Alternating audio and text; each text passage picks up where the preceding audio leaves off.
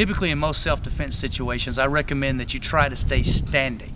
That way you can strike your opponent and then run away. But despite your best efforts, the possibility exists that you may get taken to the ground.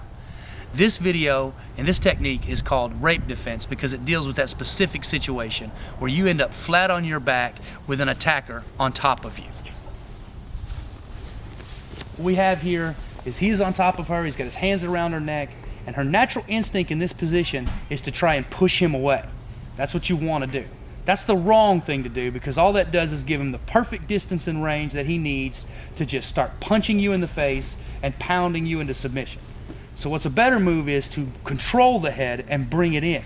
She wraps her hands up and in between his arms around the back of his head and pulls his head down right against him. Now she has to also control his hips to keep him from climbing over and getting the mount position. So she puts him in a closed guard.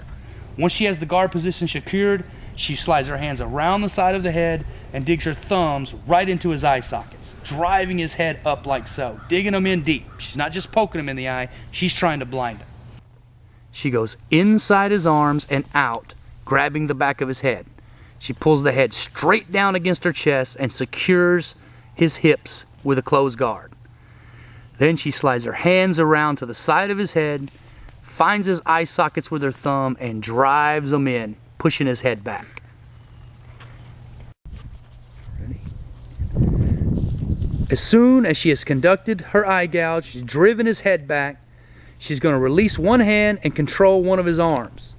Then she's going to let go of her closed guard, slip one knee underneath him, and pull off the scissor sweep, taking the top mount position.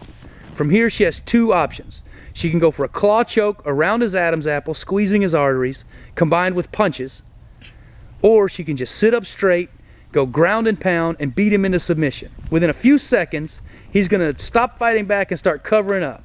As soon as she can, she's going to hop up and run away. Once you start running, you keep running until you're safe. If you're inside of a house, you get out of that house. You go to a neighbor's, you call 911. Okay, don't worry about if the guy gets away or not. He's going to turn up in an emergency room somewhere. All right?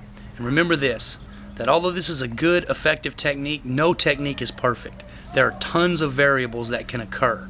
So if you want to use this kind of stuff, you're going to have to practice a lot. Find yourself a partner and work on it.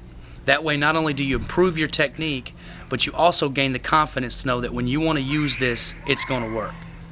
So, until next time, peace.